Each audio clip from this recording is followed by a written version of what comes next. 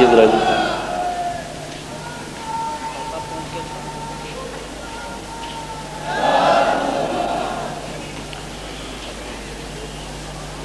الحمد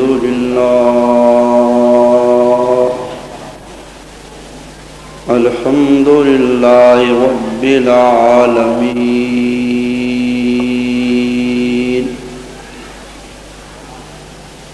والعاقبة للمتقين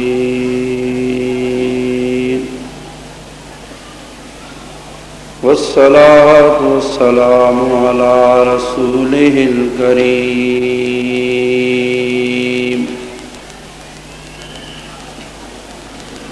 أما بعد فأعوذ بالله من الشيطان الرجيم بسم الله الرحمن الرحيم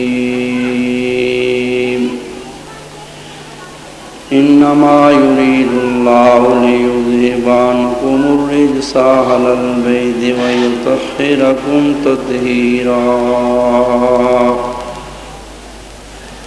صدق الله وصدق رسوله النبي الكريم ونحن على ذلك من الشاهدين والشاكرين الحمد لله رب العالمين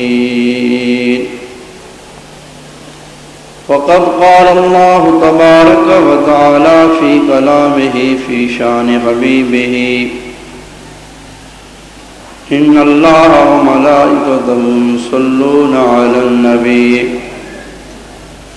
يا أيها الذين آمنوا صلوا عليه وسلموا تسليما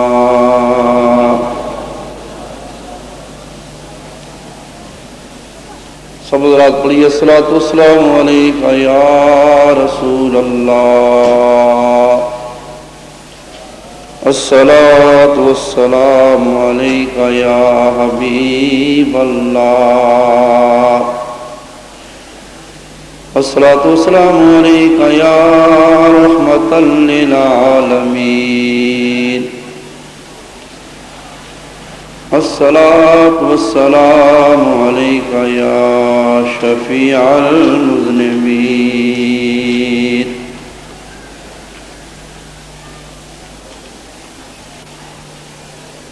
حمد و صلات کے بعد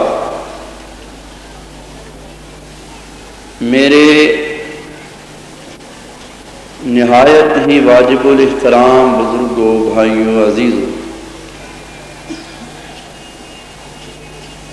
میں نے آپ حضرات کے سامنے 22ویں پارے سورہ احزاب کی ایک آیہ کریمہ تلاوت کی ہے جس کا تعلق نبی پاک علیہ السلام کے اہل بیت کے ساتھ ہے۔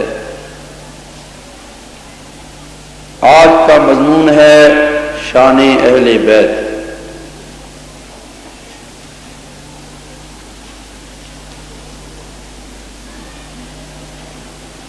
اللہ تعالی نے ارشاد فرمایا انما یرید اللہ لیذھب عنکم الرجس اہل البیت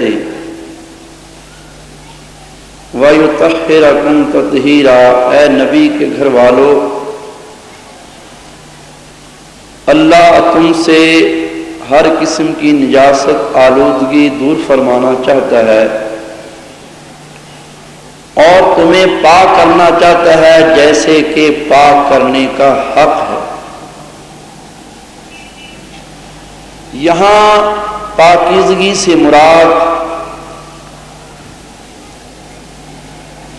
تزکیہ نفس ہے، قلبی طہارت ہے، دل کی پاکیزگی ہے۔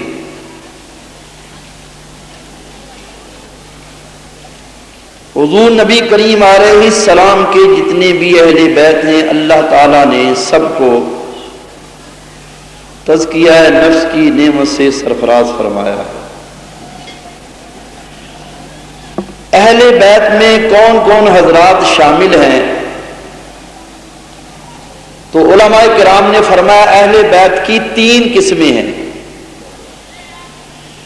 اہل بیت نسبی،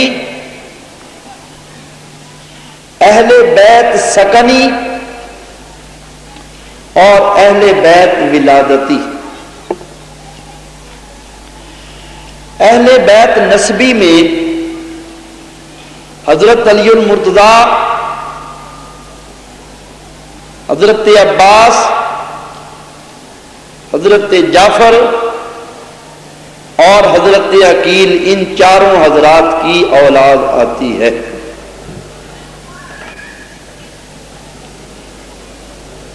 اور اہل بیت سکنی سے مراد وہ ہستیاں ہیں جو پیدا تو اوروں کے گھروں میں ہوئیں لیکن بعد میں نبی پاک علیہ السلام کے گھر تشریف لے آئیں، جیسے حضرت خدیجہ الکبریٰ، عائشہ صدیقہ، حضرت حفصہ، ام حبیبہ، حضرت زینب، حضرت میمونہ، حضور نبی کریم علیہ السلام کی جتنی بھی ازواج مطہرات، یہ سب حضور کے اہل بیت سکنی میں شامل ہیں۔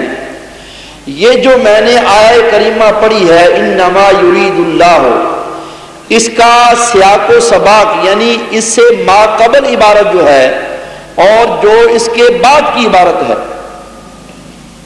دونوں عبارتیں پڑھیے اور پھر اس آیہ کریمہ کو پڑھیے تو معلوم ہوگا کہ یہ آیہ کریمہ نبی پاک کی ازواج مطہرات کے حق میں نازل ہوئی ہے۔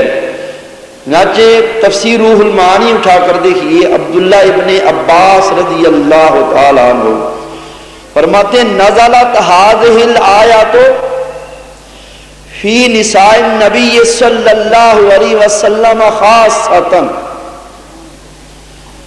کہ یہ آیہ کریمہ خاص کر نبی پاک علیہ السلام کی ازواج مطہرات کے حق میں نازل ہوئی ہے۔ اس کے بعد ہے اہل بیت ولادتی۔ اہل بیت ولادتی کی پھر دو قسمیں ہیں، ایک وہ جو حضور کے گھر میں پیدا ہوئے اور حضور ہی کے گھر میں رہے، جیسے حضور کے بیٹے قاسم، ابراہیم، طیب، طاہر وغیرہ ہوئے، اور ایک وہ جو حضور کے گھر میں پیدا ہوئے بعد میں دوسرے کے گھروں میں چلے گئے، جیسے حضرت زینب، حضرت رقیہ، حضرت ام کلثوم اور حضرت فاطمہ الزہرا رضی اللہ تعالی عنہن۔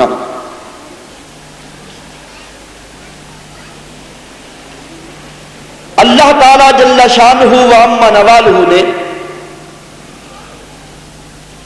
قرآن مجید میں اہل بیت کی شان بیان فرمائی، حدیث میں بھی نبی پاک علیہ السلام نے اہل بیت کی شان کو مختلف مقامات پر ظاہر فرمایا۔ امام فخر الدین رازی رحمۃ اللہ تعالی علیہ نے تفسیر کبیر میں لکھا کہ ایک مرتبہ نجران کے 60 عیسائی جن میں 14 سردار تھے اور ان کا ہیڈ آف دی ڈپارٹمنٹ ابو حارثہ ابن علقمہ تھا، حضور سے مناظرہ کرنے کے لیے آ رہے تھے کہ راستے میں ابو حارثہ کا کھچر جس پر وہ سوار تھا وہ پھسلا، اور اس زمانے میں جب کوئی پھسلتا تھا تو اپنے دشمن کو بد دعا دیتا تھا۔ جب اس کا خچر پھسلا تو اس کے بھائی قرظ ابن علقمہ نے کہا محمد صلی اللہ علیہ وسلم معاذ اللہ ہلاک ہو جائے۔ ابو حارثہ نے کہا وہ کیوں ہلاک ہو، تو ہلاک ہو جائے۔ کہا وہ کیوں؟ کہا وہ سچے نبی ہیں، وہ وہی نبی ہیں جن کی بشارت تورات و انجیل میں آئی ہے۔ کہا اگر تم ان کو سچا نبی مانتے ہو تو پھر ایمان کیوں نہیں لے آتے؟ ابو حارثہ نے کہا اگر ہم ایمان لے آئیں تو بادشاہوں نے ہمیں جاگیریں دے رکھی ہیں، وہ جاگیریں چھن جائیں، یہ بات کرز ابن علقمہ کے دل میں بیٹھ گئی اور کچھ عرصے بعد اپنے 25 ساتھیوں کے ساتھ حضور کی بارگاہ میں حاضر ہوا مسلمان۔ چلتے چلتے یہ لوگ مدینہ طیبہ میں حضور کی بارگاہ میں پہنچے۔ صحابہ کرام فرماتے ہیں ان سے بڑھ کر آج تک ہم نے کبھی ایسی شان و شوکت والی جماعت نہیں دیکھی تھی۔ حضور نے ان کو مسجد نبوی میں اترنے کا حکم دیا، اترے، اور اترتے ہی انہوں نے مشرق کی طرف منہ کر کے، یعنی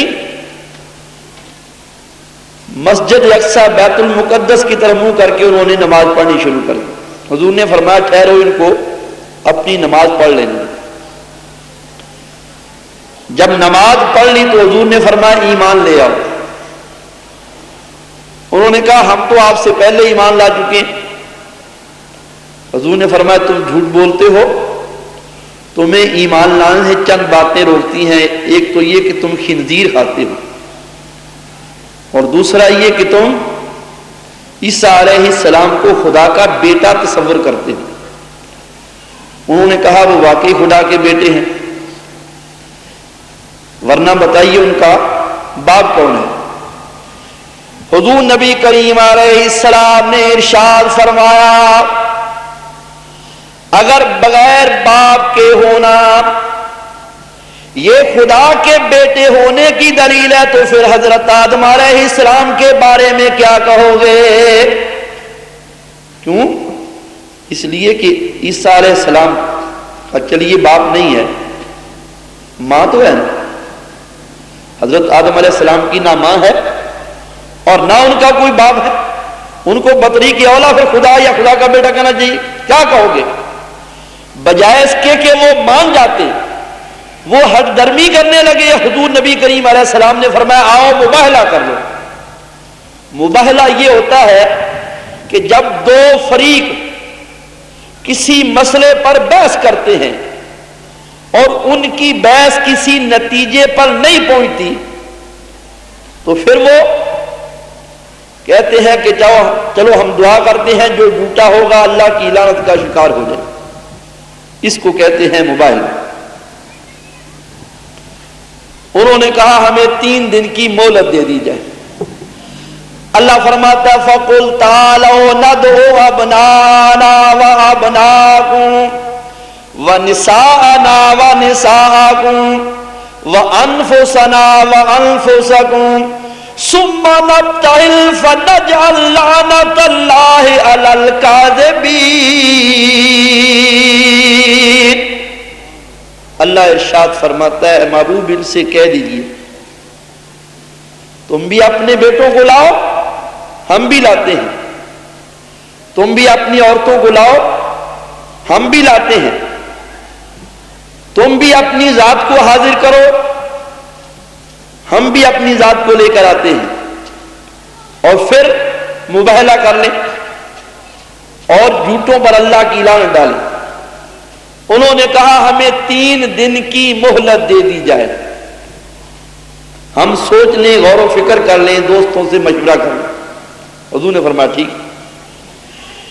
تیسرا دن ہوا، ان کے 14 سردار بڑا برق لباس پہن کر میدان میں آئے۔ ادھر سے نبی پاک علیہ السلام شان سے نکلے، دائیں ہاتھ سے امام حسن کی انگلی کو پکڑا ہوا ہے، بائیں آغوش میں امام حسین ہے، پیچھے سید الاولیاء حضرت علی المرتضیٰ ہے، ان کے پیچھے سیدۃ نساء اہل الجنہ حضرت فاطمہ ہے۔ حضور علیہ السلام نے فرمایا جب میں دعا مانگوں تو تم آمین کہنا۔ جب ان کے بڑے پادری نے ان نفوس قدسیہ کو دیکھا، یعنی 5 تن پاک کو دیکھا،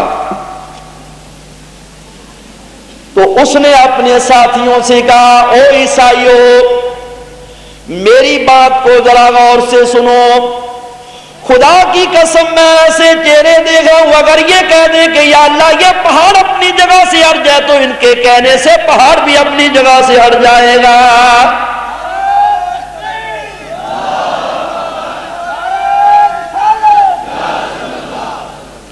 لہذا ان سے مباہلہ نہ کرو ورنہ ہلاک کر دیے جاؤ.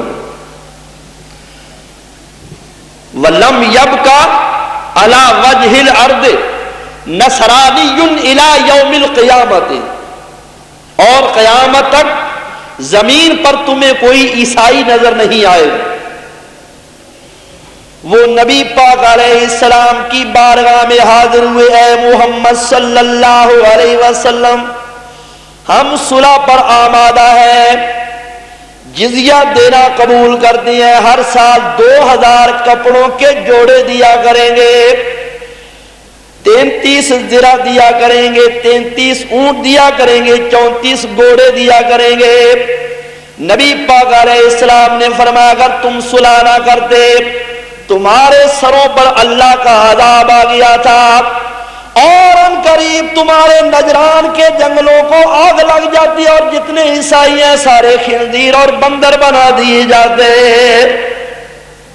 یہاں بعض لوگ اعتراض کرتے ہیں، وہ اعتراض بھی سنیے اور جواب بھی سنیے. حضور نبی کریم علیہ السلام نے حضرت فاطمہ الزہرا کو ساتھ لیا. بعض یہ کہتے ہیں کہ حضور کی ایک ہی صاحبزادی تھی حضرت فاطمہ الزہرا، اگر اور ہوتی تو ان کو بھی ساتھ لیتے. حضرت زینب کو، رقیہ کو، ام کلثوم کو ساتھ نہیں لیا، معلوم ہو وہ حضور کی بیٹیاں نہیں تھیں. تو سنیے اس کا جواب. واقعہ ہے یہ مباہلہ 10 ہجری میں ہوا ہے اور 10 ہجری سے پہلے پہلے حضور کی تینوں صاحبزادیاں فوت ہو چکی تھی. جب وہ فوت ہو چکی تھی تو حضور پھر ان کو کیسے ساتھ لیتے؟ ایک اعتراض یہ اور اس کا جواب یہ. دوسرا، حضور نبی کریم علیہ السلام نے صدیق اکبر، فاروق اعظم، عثمان غنی کو نہیں لیا، حضرت علی المرتضیٰ کو لیا. معلوم ہوا حضرت علی المرتضیٰ ہی مومن تھے، یہ حضرات مومن نہیں تھے. حضرت عائشہ کو نہیں لیا، حضرت فاطمہ کو لیا. معلوم ہوا حضرت عائشہ مومنہ نہیں تھی. میرے دوستو اور بزرگوں ذرا غور کرو، اگر نبی پاک علیہ السلام حضرت صدیق اکبر، فاروق اعظم، عثمان غنی کو ساتھ لیتے، ان حضرات سے حضرت فاطمہ الزہرا کو پردہ کرنا پڑتا، اور اگر حضرت عائشہ صدیقہ کو ساتھ لیتے تو ان کو حضرت علی المرتضیٰ سے پردہ کرنا پڑتا. اگر کوئی کہے جناب وہ تو ماں ہے، ماں سے تو پردہ نہیں کیا جاتا. تو یاد رکھو جو شریعت کے احکام ہیں ان سب میں حضور کی ازواج مطہرہ شامل داخل ہیں. ناچے حدیث میں آتا ہے حضور کے ایک نابینا صحابی حضرت عبداللہ ابن مکتوم حضور کی بارگاہ میں، حضرت ام سلمہ اور ایک اور حضور کی زوجہ مقدسہ حضور کی بارگاہ میں بیٹھی تھی. حضور نبی کریم علیہ السلام نے فرمایا پردے میں چلی جاؤ. عرض کی یا رسول اللہ وہ تو نابینا ہے. نبی پاک نے فرمایا وہ تو نابینا ہے لیکن تم تو نابینا نہیں ہو. معلوم ہوا اگر مرد نابینا بھی ہو تو اس سے بھی پردہ کرنا چاہیے. کیوں؟ وجہ کیا ہے؟ ہو سکتا ہے وہ نابینا آدمی اتنا حسین و جمیل ہو کہ عورت اس کی طرف دیکھے تو فتنے میں مبتلا ہو جائے. لیکن آج کل تو آنکھوں والوں سے پردہ نہیں ہوتا تو نابینوں سے پردہ کون کرے گا؟ حالانکہ حضور نبی کریم علیہ السلام نے ارشاد فرمایا دیکھو مردوں کو بھی چاہیے ان کی آنکھوں میں حیا ہونی چاہیے، عورتوں کو بھی چاہیے کہ وہ پردہ کرے. نبی پاک علیہ السلام نے ارشاد فرمایا النظرۃ الاولی لک والثانیۃ علیک. پہلی نظر اگر کسی غیر محرم عورت پر پڑ جائے وہ معاف، اور دوسری نظر جو پڑے گی تو مواخذہ ہوگا. ایک مولوی صاحب کہیں وعظ کر رہے تھے، انہوں نے یہی حدیث بیان کی. دو دوست بیٹھے ہوئے تھے وعظ کر کے، جو گئے تو سامنے کوئی عورت آئی تو دوسرا ان میں سے ایک نے اس عورت کو دیکھنا شروع کر دیا. دوسرے نے کہا تم نے سنا نہیں ہے مولوی صاحب نے کہا کہ پہلی نظر معاف ہے، دوسری ڈالو گے تو مواخذہ ہوگا۔ اس نے کہا جناب یہ ابھی پہلی ہے نا، دوسری پڑے گی تو مواخذہ ہوگا نا۔ اس نے کہا پہلی کا مطلب یہ نہیں کہ شام تک دیکھتے ہی رہو۔ یاد رکھو میرے دوستو اور بزرگوں، یہ پردہ ایک ایسا مقدس فعل ہے عورت کے لیے کہ اس کی پابندی کرے تو عورت پاک دامنہ ہے، اور اگر پردہ نہیں کرتی تو پھر یاد رکھو جو عورت پردہ نہیں کرتی اور اپنے خاوند کی اجازت کے بغیر گھر سے باہر پھرتی ہے، حدیث میں اس پر اللہ اس کے فرشتے لعنت بھی۔ میرے دوستو اور بزرگوں ذرا غور کرو، حضرت فاطمہ الزہرا رضی اللہ تعالی عنہا کا نبی پاک نے نکاح کیا، حضرت علی المرتضیٰ کے گھر بھیج دیا۔ لینے گئے، فرمایا فاطمہ لبیک یا رسول اللہ، تجھے لینے آیا ہوں۔ یا رسول اللہ اب میری مرضی نہیں چلے گی، میرے سر کا مالک آپ نے بنایا حضرت علی المرتضیٰ کو، ان سے اجازت لیجیے۔ حضور نبی کریم علیہ السلام نے فرمایا لبیک یا رسول اللہ، میں فاطمہ کو لینے آیا ہوں، یا رسول اللہ میرے دل و جان کے مالک ہے، مجھ سے اجازت کی کیا ضرورت ہے؟ فرمایا فاطمہ کا تقاضا تھا، لے جائیے۔ اے فاطمہ، علی المرتضیٰ نے اجازت دے دی۔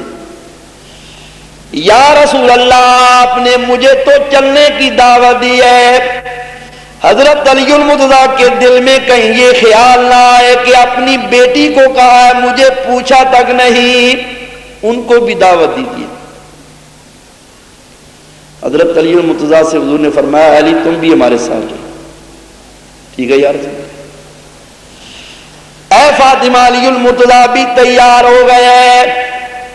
عرض کی ابا جان دیکھیے سورج ابھی عصر کے مقام پر کھڑا ہے، جب تک سورج غروب نہیں ہوگا اندھیرا نہیں چھا جائے گا فاطمہ اپنے گھر سے باہر قدم نہیں رکھے گی۔ اور آج کل کی فاطمہ صاحب دفتر میں تو بیغم ہو جاتی ہے، بے غم ہو کر سارے کراچی کی خبر لاتی جس طرح کسی اخبار کی رپورٹر ہوتی۔ میرے دوستوں اور بزرگوں شام ہو گئی، اندھیرا چھا گیا، چلے حضور علیہ السلام آگے آگے، سید الانبیاء آگے ہیں، ان کے پیچھے سید الاولیاء، ان کے پیچھے سیدۃ نساء اہل الجنہ۔ تھوڑی دور گئے، حضرت فاطمہ نے عرض کی ابا جان مجھے اپنے پیچھے کر لیجئے اور علی المرتضیٰ کو میرے پیچھے کر لیجئے۔ فرمایا یہ کیا؟ مرد کا مرتبہ عورت سے زیادہ ہے، تم کہہ رہی ہو کہ تمہیں تمہارے خاوند سے آگے کر دیا جائے؟ فرمایا میرا یہ مطلب نہیں ہے۔ آج کل آپ نے دیکھا ہوگا کہ آج کل کی اپ ٹو ڈیٹ بیگمات جو ہیں، خاوند لڑکے کو اٹھائے ہوئے پیچھے پیچھے ہے اور بیگم صاحبہ جو ہے وہ آگے آگے تشریف لے جا رہی ہیں۔ یہ کتنے بہادر ہیں۔ اللہ فرماتا الرجال قوامون علی النساء، اللہ نے مردوں کو عورتوں پر حاکم کیا۔ اب حاکم تو پیچھے پیچھے چل رہے ہیں اور محکومہ صاحبہ جو ہے وہ آگے آگے جا رہے ہیں۔ اور یہ پھر ہوتی بھی بڑی چالاک ہے۔ وہ چند عورتیں کہیں بیٹھی ہوئی تھی تو ایک نے کہا میرا خاوند بڑا بھولتا ہے۔ انہوں نے کہا کیسے؟ کہا میں اس کو کہتی ہوں جاؤ سبزی لے آؤ، اس کو آلو لانے بھیجتی ہوں تو بینگن اٹھا لاتا ہے۔ دوسری نے کہا تیرا خاوند کیا بھولتا ہے؟ سن میرا خاوند تیرے خاوند سے زیادہ بھولتا ہے۔ کہا وہ کیسے؟ میں اس کو سبزی لینے بھیجتی ہوں تو ٹوکری میں سبزی ڈال کر دکان پر رکھاتا، خود گھر آ جاتا۔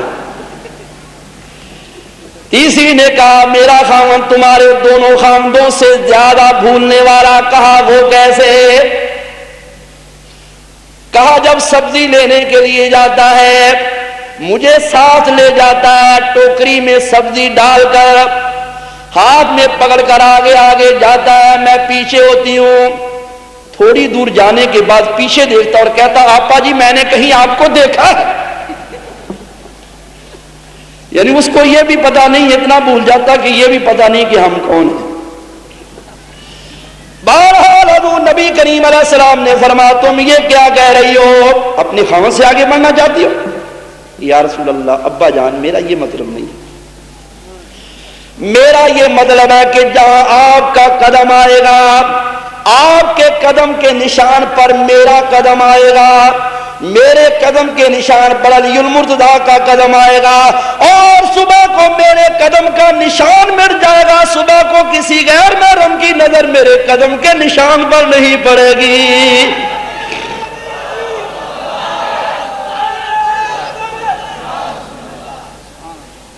صلی اللہ علیہ وسلم. دیکھو جب آپ گوشت لینے جاتے ہیں پاؤ, اول آج کل تو پاؤ ملتا ہی نہیں, کم از کم 1 کلو, تو پہلے وہ آپ کو پلاسٹک کے لفافے میں بند کر دیتا ہے, پھر آپ تھیلے میں ڈالتے ہیں, پھر آپ ٹوکری میں ڈالتے ہیں. وہ جو 1 سیر گوشت ہے اس کو آپ 3 پردوں میں چھپاتے ہیں, اور یہ جو 2.5 من کی لاش ہے اس کو کھلا چھوڑ دیتے ہیں. آپ کو دیکھو یہ جو عورتیں ساڑی باندھتی ہیں, آپ کو پتہ ہے ان کا پیٹ ننگا ہو جاتا ہے اور یہ حرام ہے. ایسی عورتیں حرام کا ارتکاب کرتی ہیں, بالکل منع. رسول اللہ کی بارگاہ میں نہیں جانا, حضرت فاطمہ الزہرا کی بارگاہ میں نہیں جانا, کیا جواب دو؟ میرے دوستوں اور بزرگوں ذرا غور, اصل میں کیا واز کیا کریں, آج کل تو معاشرہ ہی خراب ہو گیا. ہم مولوی لوگ جو, میں تو بعض اوقات کہتا ہوں کہ مجھے کم از کم کراچی میں رہنے کا کوئی حق نہیں, میرے جیسا قدامت پسند پرانے ذہن کا آدمی. اول تو کسی شادی پر ہم جاتے نہیں, اگر چلے جائیں تو مسکینوں کی طرح ایک کونے میں بیٹھے ہوتے ہیں, لوگ بھاگ کر کھڑے ہو کر کھانا کھاتے ہیں, اور ہماری یہ طبیعت مانتی نہیں, ہم تو رسول اللہ کی سنت کی مخالفت برداشت نہیں کرتے. عورتیں ہیں بے حجاب وہاں شادی حالوں میں پھرتی ہیں, اور یہ پتا آپ کو کہ یہ لوگ کھڑے ہو کر کیوں کھاتے ہیں؟ وجہ یہ ہے کہ آج کل عورت کے ہاں جب بچہ پیدا ہو جائے نا تو وہ کوشش کرتی ہے کہ اس کو بازاری دودھ پلایا جائے, اور بازاری دودھ جو ہے وہ باہر کی گاؤں کا آتا ہے, ڈنگروں کا, بھینسوں کا آتا ہے, حیوانوں کا آتا ہے. چونکہ بھینس اور حیوان کا دودھ پی کر پلے ہیں لہذا جانوروں کی طرح کھڑے ہو کر کھاتے ہیں. جیسا دودھ ہو ویسا ہی اثر ہوگا نا. وہ میرے بڑے بھائی وہ کہتے ہیں آج کل نوجوان جو ہے یہ باہر اس لیے زیادہ جاتے ہیں کہ باہر کا دودھ پیا ہوتا ہے نا, تو باہر کے دودھ کا اثر ہوتا ہے, اس لیے چاہتے ہیں کہ ملک سے باہر چلے جائیں. بہرحال میرے دوستوں اور بزرگوں, پردہ عورت کے لیے فرض ہے. اللہ ہماری ماؤں بہنوں کو پردہ کرنے کی توفیق عطا فرمائے. یہ باتیں اگرچہ کڑوی ہیں لیکن بعض اوقات کڑوی ڈوز بھی پلانی پڑتی ہے تاکہ مرض دور ہو جائے. بہرحال حضور نبی کریم علیہ السلام نے حضرت عائشہ کو اس لیے ساتھ نہیں لیا, اگر وہ جاتی تو ان کو حضرت علی المرتضیٰ سے پردہ کرنا پڑتا. باقی یہ رہا کہ حضرت صدیق اکبر, فاروق اعظم, عثمان غنی مومن نہیں تھے, تو ذرا توجہ فرمائیے. مخالفین کی کتابوں میں بھی موجود ہے اور ہماری کتابوں میں بھی موجود ہے. حضرت علی المرتضیٰ شیر خدا رضی اللہ تعالی عنہ کا ابھی نکاح حضرت فاطمہ سے نہیں ہوا. حضرت فاطمہ الزہرا رضی اللہ تعالی عنہ کا رشتہ صدیق اکبر نے بھی حضور سے طلب کیا ہے, فاروق اعظم نے بھی طلب کیا, لیکن حضور علیہ السلام نے کسی کو رشتہ نہیں دیا. حضرت سعد بن معاذ, حضرت صدیق اکبر, فاروق اعظم, یہ تینوں ہستیاں مسجد نبوی میں بیٹھی ہوئی. بات چل پڑی حضرت فاطمہ کے رشتے کی. سعد بن معاذ نے کہا حضور سے فاطمہ کا رشتہ بہت سے لوگوں نے طلب کیا لیکن حضور نے کسی کو ہاں نہیں کی.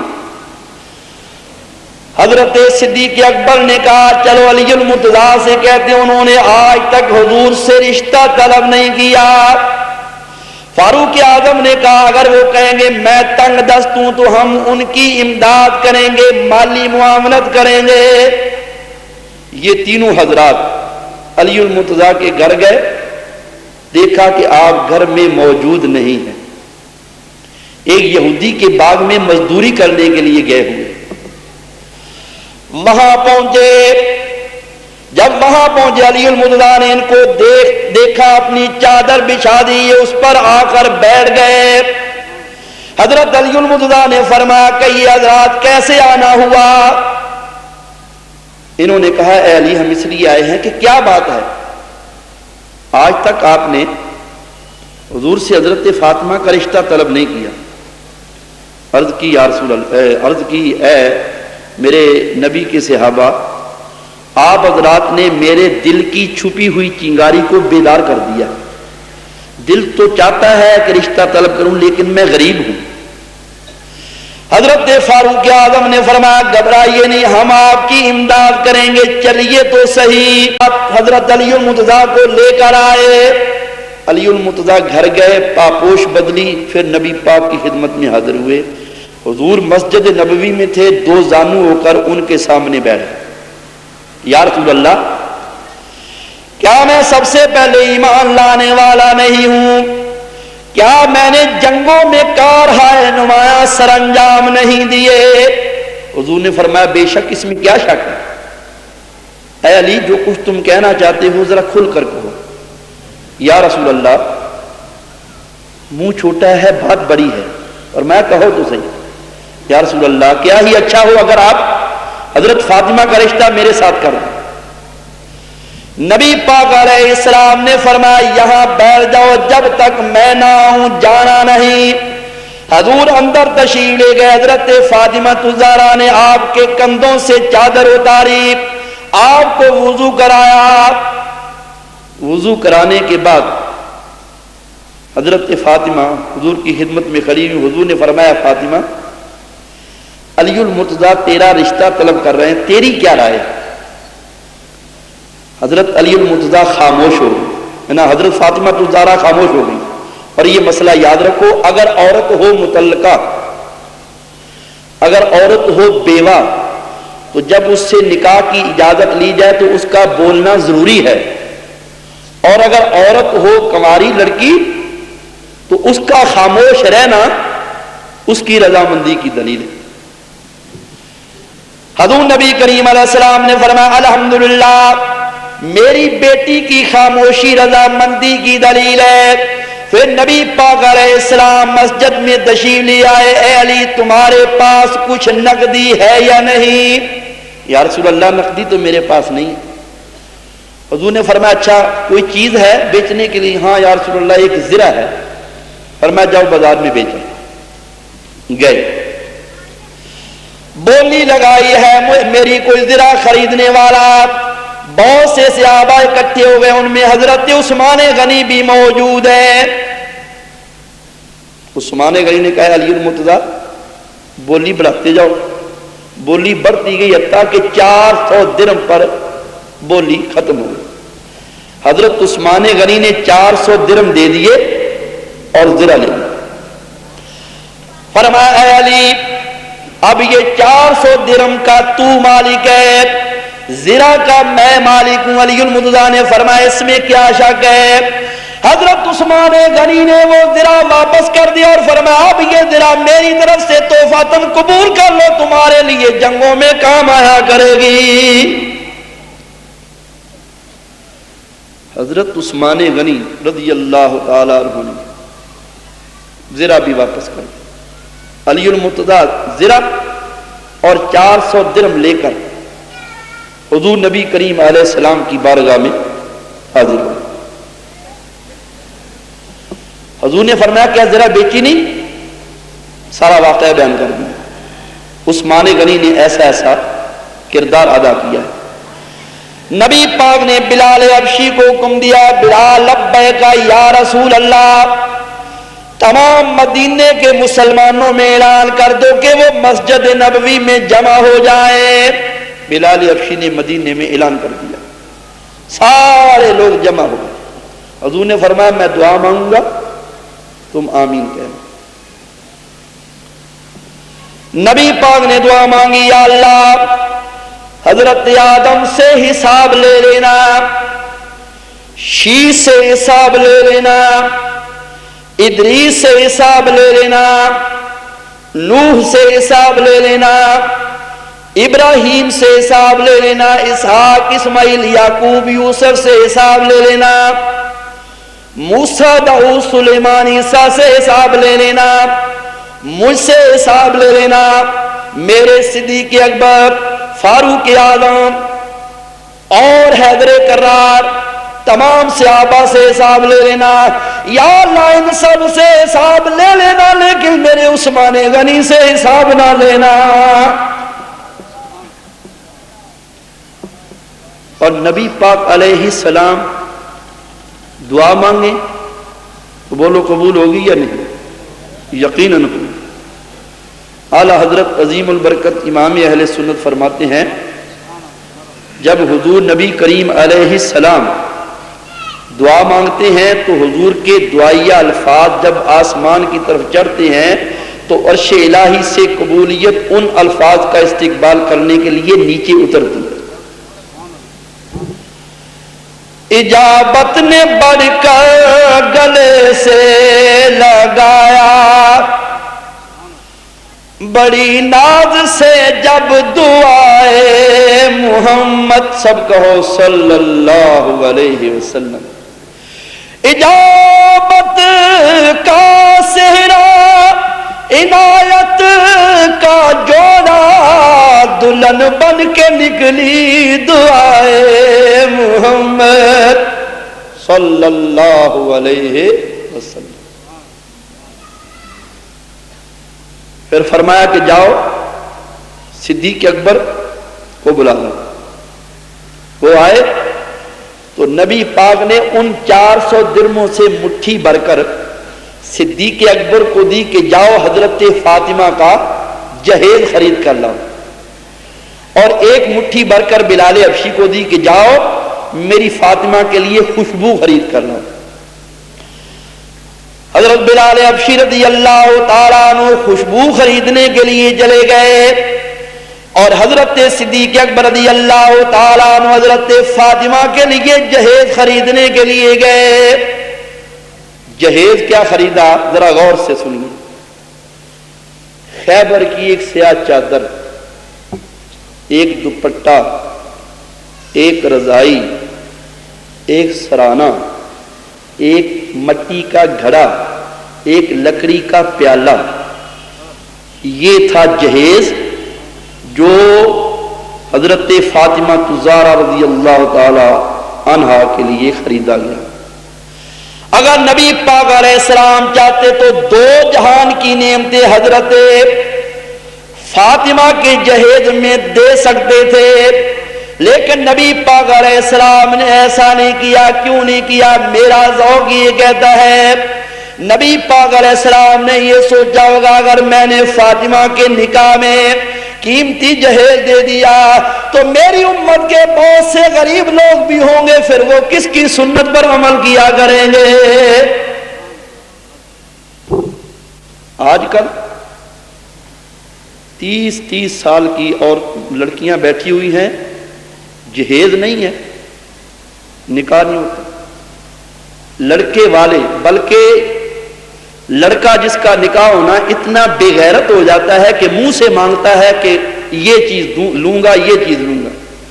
میرے ایک دوست ہیں، وہ کہتے جی ہم نے اپنی ہمشیرہ کی منگنی کرنی تھی تو جس سے منگنی کرنی اس نے پہلے کہہ دیا کہ مجھے شادی میں ویسپا سکوٹر دینا، پہلے مانگ دیتے۔ وہ سیالکوٹ میں ایک بارات آئی تو نکاح پڑھنے کے لیے بیٹھے تو دولہا میاں نے کہا کہ نکاح تب پڑھوں گا، پہلے مجھے بتاؤ کہ جہیز میں ریفریجریٹر ہے؟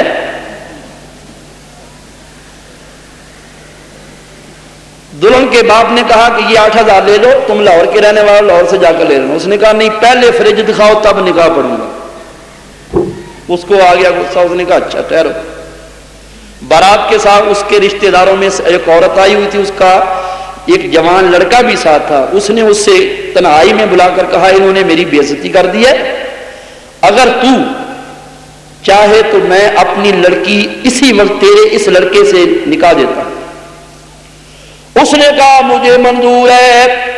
اس نے اپنی لڑکی کا نکاح دوسرے لڑکے سے کر دیا، اور جس نے فرج مانگا تھا اس نے کہا میاں عزت سے یہاں سے تشریف لے جاؤ، راستے میں جہاں فرج ملے وہیں بیٹھ کر نکاح پڑھ لینا۔ اس کا علاج تو پھر یہی ہے نا۔ کتنے بے غیرت ہیں، یہ نہیں دیکھتے کہ ہو سکتا اس کے پاس نہ ہو، وہ غریب ہو، اپنی بیٹی کو اپنے گھر سے رخصت کرنا چاہتا ہے۔ اس جہیز کی لعنت نے ہمارے ملک کو آہستہ آہستہ اس طرح گرفت میں لے لیا ہے کہ بہت سی لڑکیاں جہیز نہ ہونے کی وجہ سے بیٹھی رہتی ہیں، نتیجہ یہ ہوتا ہے کہ بدکاری کا ارتکاب کر بیٹھتی ہیں۔ یہ معاشرے کو سوچنا چاہیے۔ بہرحال میرے دوستوں اور بزرگوں، حضرت صدیق اکبر رضی اللہ تعالیٰ عنہ جہیز خرید کر لائے، نکاح کی باری آئی، نبی پاک علیہ السلام نے ارشاد فرمایا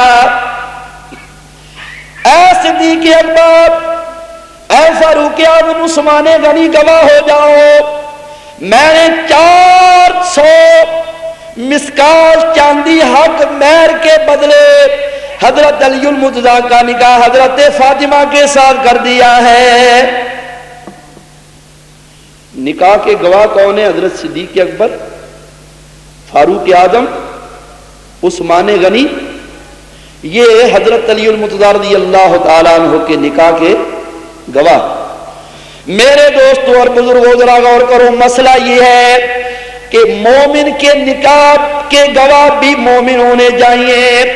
جو حضرت صدیق اکبر، فاروق اعظم، عثمان غنی کو مومن نہیں سمجھتا، وہ ثابت کرے کہ حضرت علی المرتضیٰ کا نکاح کیسے درست ہوگا، اس لیے کہ مومن کے نکاح کے گواہ بھی مومن ہی ہو سکتے ہیں، کافر نہیں ہو سکتے۔ اللہ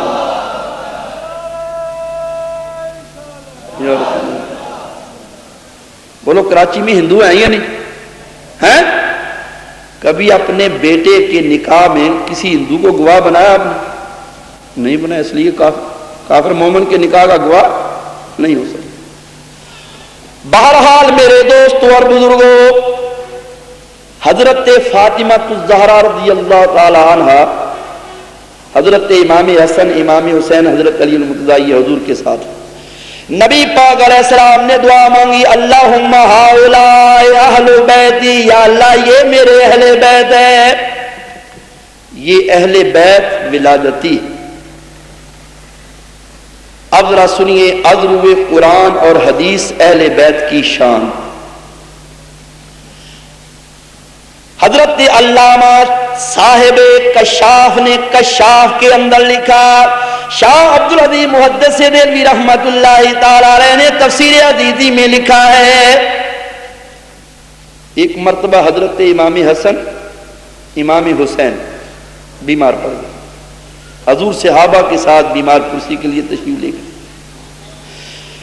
کسی صحابی نے حضرت علی المرتضیٰ رضی اللہ تعالیٰ عنہ سے کہہ دیا اے علی اپنے اوپر کچھ منت مان لو، اللہ تعالیٰ شہزادوں کو شفاء کاملہ سے عاجلہ عطا فرمائے گا۔ حضرت علی المرتضیٰ، فاطمہ الزہرا اور ان کی لونڈی فضہ، ان تینوں نے کہا ہم اپنے اوپر 3 روزوں کی منت مان لیتے ہیں۔ جب یہ منت مانی تو اللہ تعالیٰ نے دونوں شہزادوں کو شفا یاب کر دیا۔ اب منت پوری کرنی تھی، گھر میں کھانے کے لیے کچھ نہیں۔ شمون یہودی مدینے میں ایک بہت بڑا امیر تھا، اس سے 12 سیر جو ادھارے لیے۔ حضرت فاطمہ الزہرا رضی اللہ تعالی عنہ، انہوں نے 4 سیر جو چکی میں پیسے۔ یاد رکھو پرانے زمانے میں، آج سے 50 سال پہلے یا 40 سال پہلے چلے جائیں، عورتیں ہاتھ سے چکی پیستی تھی، اس آٹے میں بڑی برکت ہوتی تھی، بڑی طاقت ہوتی تھی۔ اور آج کل کا آٹا، کراچی کے ڈاکٹروں کی تشخیص یہ ہے کہ کراچی میں جو آٹا دستیاب ہوتا ہے یہ صحت کے لیے بڑا نقصان دہ ہے۔ یہی وجہ ہے کہ آج کل جتنے اسپتال ہیں، ادھر اسپتال چالو ہوتا ہے فوراً بھر جاتا ہے، کوئی بیڈ نہیں ملتا۔ وہ آٹا بڑا بابرکت ہوتا تھا۔ حضرت فاطمہ الزہرا نے جو پیسے روٹیاں پکائی، روزہ رکھا ہوا ہے، شام کو روزے کی افطاری کا وقت آیا، ہر ایک کے دل میں تمنا ہے کہ روٹی سے روزہ کھولیں گے، لیکن جب افطاری کا وقت آیا تو باہر سے کسی نے دروازہ کھٹکھٹایا، پوچھا گیا کون؟ آنے والے نے کہا میں مسکین ہوں، اہل بیت، اللہ تعالیٰ تمہیں جنت کے دسترخوان پر کھانے کھلائے، مجھے روٹیوں کی ضرورت ہے، بھوکا ہوں۔ جتنی روٹی پکی ہوئی تھی وہ ساری کی ساری اس کے دامن میں ڈال دی گئی۔ دوسرا روز ہوا، حضرت فاطمہ الزہرا نے پھر 4 سیر جو پیس کر روٹیاں پکائیں۔ روزے کی افطاری کا وقت آیا، باہر سے کسی نے دروازہ کھٹکھٹایا، پوچھا گیا کون؟ آنے والے نے کہا میں یتیم ہوں، کئی روز سے بھوکا ہوں، اے نبی کے گھر والوں، اللہ تعالیٰ تمہیں جنتی کھانے کھلائے، مجھے روٹی دو۔ جتنی روٹیاں پکی ہوئی تھیں ساری کی ساری اٹھائیں اور اس کے دامن میں ڈال دی۔ تیسرا روز ہوا، بقیہ جو بھی پیسے روٹیاں پکائیں، روزے کی افطاری کا وقت آیا، باہر سے پھر کسی نے دروازہ کھٹکھٹا دیا، پوچھا گیا کون؟ آنے والے نے کہا میں قیدی ہوں، میں بھوکا ہوں، اے نبی کے گھر والوں، اللہ تعالیٰ تمہیں جنتی دسترخوانوں کے کھانے کھلائے، مجھے روٹی دو۔ جتنی روٹیاں تھیں ساری اس کے دامن میں ڈال دی۔ صاحب کشاف نے بڑی عجیب بات لکھی، فرماتے ہیں وہ آنے والا 3 دن آنے والا، مسکین، یتیم، اسیر بن کر آنے والا کوئی انسان نہیں تھا، بلکہ وہ حضرت جبریل امین تھے جو نبی پاک کے اہل بیت کا امتحان لینے کے لیے آئے ہوئے تھے۔ معلوم ہوا حضرت جبریل امین وہ ہیں جو حضرت فاطمہ الزہرا کے دروازے پر مسکین بن کر آتے ہیں۔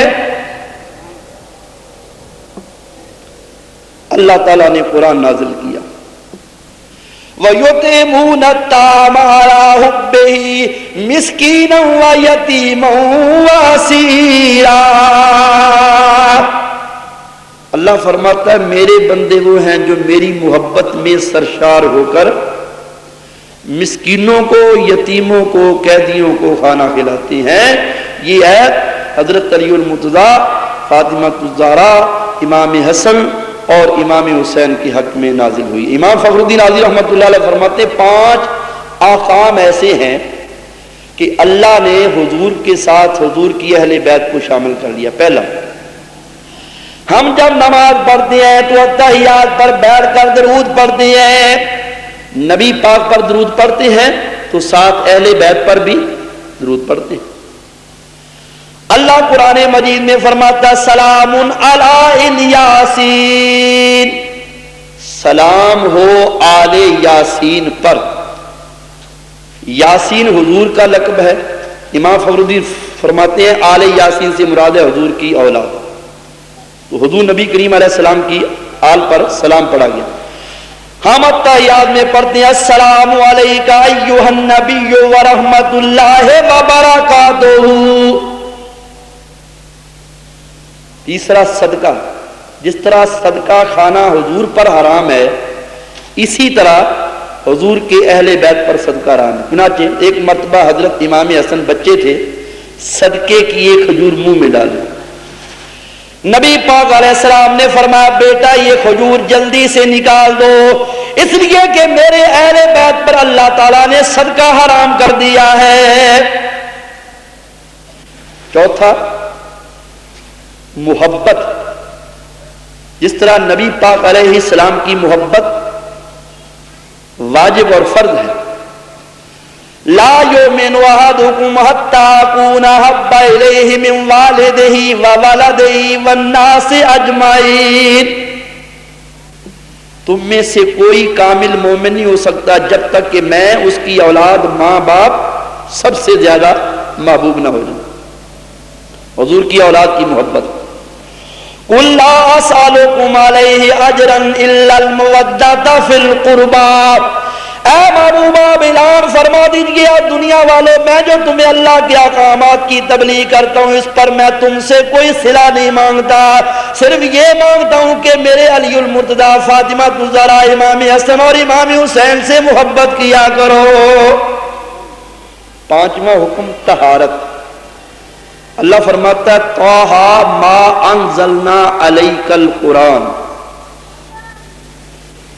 اے محبوب ہم نے قرآن تجھ پر اس لیے نازل نہیں کیا کہ تو مشقت میں پڑے.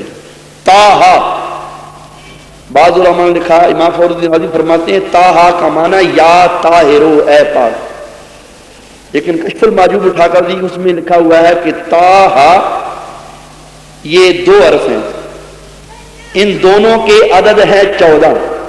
حضور کو طٰہٰ کہا گیا یہ اس طرح اشارہ ہے کہ حضور 14ویں رات کے چاند ہیں. حضور نبی کریم علیہ السلام 14ویں رات کے چاند ہیں. چنانچہ حضرت جابر رضی اللہ تعالیٰ حضور نبی کریم علیہ السلام کی بارگاہ میں بیٹھے ہیں. 14ویں رات کا چاند اپنی پوری آب و تاب کے ساتھ چمک رہا ہے. حضور نے سرخ اللہ پہنا ہوا. حضرت جابر بن سمرہ فرماتے ہیں میرے دل میں خیال آیا کہ میں دیکھوں آسمان کا چاند خوبصورت ہے یا مدینے کا چاند خوبصورت ہے. کہتے ہیں کبھی میں آسمان کے چاند کو دیکھتا تھا، کبھی میں مدینے کے چاند کو دیکھتا تھا. دل ہی دل میں یہ فیصلہ کرتا تھا. آخر میں اس نتیجے پر پہنچا کہ یار میرا چن تو سونا تے چلے کون تجلیاں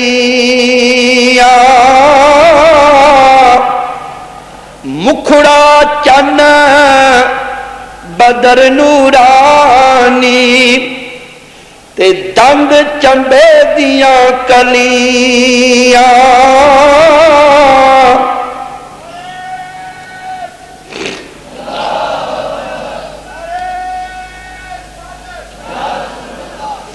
اور خوش گفتار کرو مٹھی جویں مصری دیاں ڈلیاں.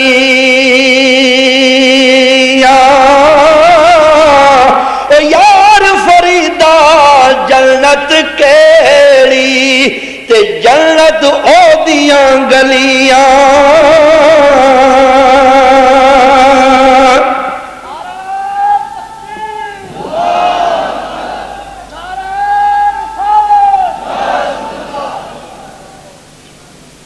صلی اللہ علیہ وسلم. طٰہٰ یا طاہر. اور حضور کے اہل بیت کے متعلق کہا گیا وَيُطَهِّرَكُمْ تَطْهِيرًا. اللہ تمہیں پاک کرنا چاہتا ہے جیسے کہ پاک کرنے کا حق ہے. تو 5 احکام میں اللہ نے حضور کی اہل بیت کو حضور کے ساتھ شامل کر لیا. حدیث میں آتا ہے نبی پاک علیہ السلام نے فرمایا من مات علی حب آل محمد مات مؤمنا. جو اس حال میں فوت ہوا کہ اس کے سینے میں اہل بیت کی محبت ہے وہ دنیا سے با ایمان گیا. ومن مات علی حب آل محمد مات شہیدا. جو اس حال میں دنیا سے گیا کہ اس کا سینہ اہل بیت کی محبت سے آباد ہے تو اس کو شہادت کا مرتبہ مل جائے. وَمَن مَّاتَ عَلَىٰ حُبِّ آلِ مُحَمَّدٍ جَعَلَ اللَّهُ لَهُ قَبْرَهُ مَزَارًا لِلْمَلَائِكَةِ الرَّحْمَةِ. جو اس حال میں مرا کہ اس کے سینے میں اہل بیت کی محبت ہے، جب وہ مر کر دفن ہوگا تو اللہ تعالیٰ کی رحمت کے فرشتے اس کی قبر کی زیارت کیا کریں گے. وَمَن مَّاتَ عَلَىٰ بُغْضِ آلِ مُحَمَّدٍ مَّاتَ كَافِرًا. جو اس حال میں مرا کہ اس کے سینے میں اہل بیت کا بغض ہے، اس کی موت کفر پر آئے گی۔ وَمَن مَّاتَ عَلَىٰ بُغْضِ آلِ مُحَمَّدٍ جَاءَ يَوْمَ الْقِيَامَةِ مَكْتُوبٌ بَيْنَ عَيْنَيْهِ آیَةٌ مِّن رَحْمَتِ اللَّهِ، جو اس حال میں مرا کہ اس کے سینے میں اہل بیت کا بغض ہے، قیامت کے دن جب وہ اللہ کی بارگاہ میں حاضر ہوگا اس کی پیشانی پر لکھا ہوگا کہ یہ اللہ کی رحمت سے نا امید ہو گیا ہے۔ علامہ ابو بکر خطیب بغدادی فرماتے ہیں حضور نبی کریم علیہ السلام کی حدیث ہے، حضور نے فرمایا جب میں معراج کی رات آسمان پر گیا رہا تو علی باب الجنت لا الہ الا اللہ محمد رسول اللہ وعلی حب اللہ والحسن والحسین صفوۃ اللہ والفاطمہ خیرۃ اللہ وعلی باغضہم لعنۃ اللہ۔